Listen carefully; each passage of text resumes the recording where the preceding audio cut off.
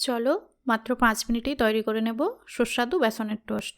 একটি বাটিতে 1 কাপ বেসন, টমেটো, পেঁয়াজ, ক্যাপসিকাম, জোয়ান, 1 চিমটি হলুদ, লঙ্কা, ধনে, স্বাদমতো লবণ আর জল দিয়ে পাতলা ব্যাটার বানিয়ে নিচ্ছি।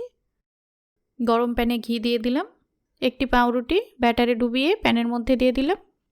2 পিঠ সোনালি করে ভেজে নিচ্ছি।